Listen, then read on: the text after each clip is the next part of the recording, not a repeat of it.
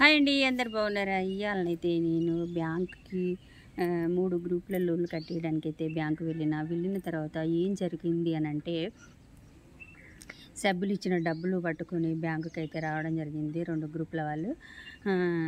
తీరా మేము ఓచర్ రాసుకొని ఇంతమంది ఇంత ఉంటాయి కదా అని ఓచర్ రాసుకొని కౌంటర్లు ఇస్తే 500 అయితే తక్కువ వచ్చినాయి. నాకైతే చాలా బాధ అనిపించింది. వాళ్ళు కాదు, నా గ్రూప్ తరఫున కూడా నేను ఓచర్ రాసి 500 ఎట్లా తక్కువ వచ్చినాయో నాకు కూడా అర్థం కావట్లేదు. కాబట్టి మనం ఏం చేయాలంటే ఇంటి దగ్గరనే డినామినేషన్ వేసుకొని పోవాలి. 500 నోట్లు ఎన్ని, 200 నోట్లు ఎన్ని, 100 నోట్లు ఎన్ని, 50 నోట్లు ఎన్ని, 20 నోట్లు ఎన్ని, 10 నోట్లు ఎన్ని వేసి ఇంటూ వేసుకుని డినామినేషన్ వేసుకొని పోతే మనం ఓచర్ రాసేటప్పుడు కరెక్ట్గా ఉంటుంది. అక్కడ లెక్క పెట్టుకొని కన్ఫ్యూజ్ అయ్యి మనం కౌంటర్లో ఇచ్చి ఒక నోటు మిస్ అయిందని అంటే ఎంతో కష్టం చేస్తే వస్తాయి ఆ డబ్బులు. కొంతమందికి 500 ఒక లెక్క కాకపోవచ్చు, కనీసం మహిళా సంఘాల వాళ్ళకు చాలా రూపాయి కూడా చాలా విలువైనది. ఎందుకంటే వాళ్ళు కష్టం చేసుకొని బతికి కట్టుకుంటారు కాబట్టి చాలా అవి ఒక రూపాయి అయినా కూడా చాలా విలువైనది అన్నట్టు.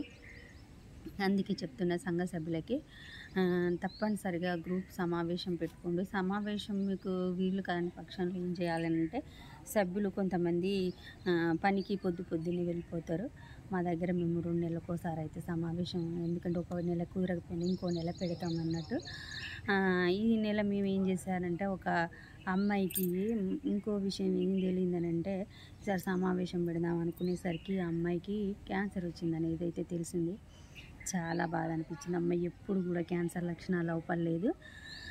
గ్రూప్లో ఉండి మా గ్రూప్లో రావడం అనేది చాలా బాధ ఉంటుంది. ఎవరైనా కూడా హెల్త్ కండిషన్ అనేది చాలా చూసుకోవాలి. ఆమె నిర్లక్ష్యం చేసింది.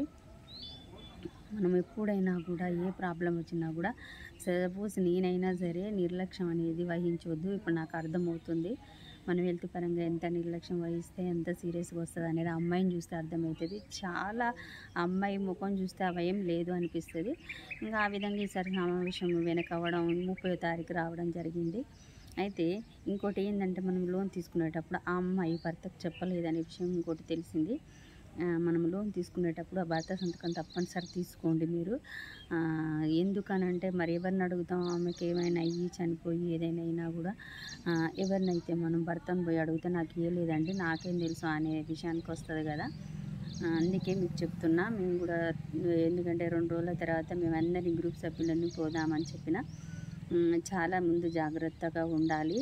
ఇలాంటి సిచ్యువేషన్స్ వస్తే ఏమవుతుంది అంటే, పాపం 10 మంది కూడా చాలా కష్టం. పండ్లు అమ్ముకునేటోళ్ళు, బండ్లు పెట్టుకునేటోళ్ళు, ఆ గ్రూప్ మొత్తం చాలా కష్టపడి కడుపుకుంటారు కాబట్టి ఎవరి మీద కూడా బర్డెన్ అవ్వద్దని నేనైతే సంఘ సభ్యులకు చెప్పాను. ఒకరోజు పోయి వాళ్ళ ఆయనతో మాట్లాడి చెప్పి ఉంచుదాము, ఎందుకంటే మిగతా 9 మంది మీద పడుతుంది అది అనేసి అయితే చెప్పిన. సరే అన్నారు వాళ్ళు.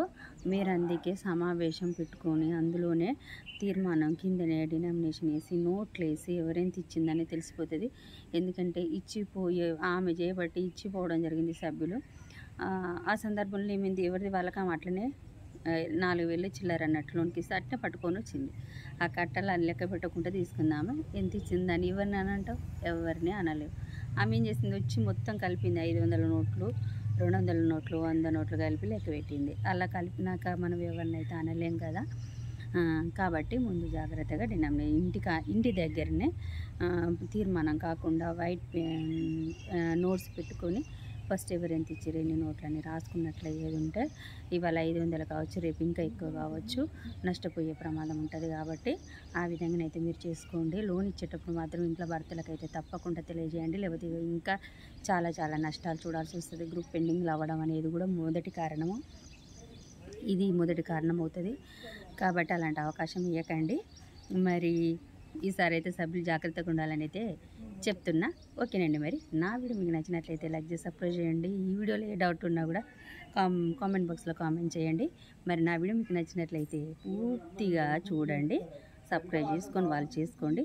ఓకే, మరి బాయ్.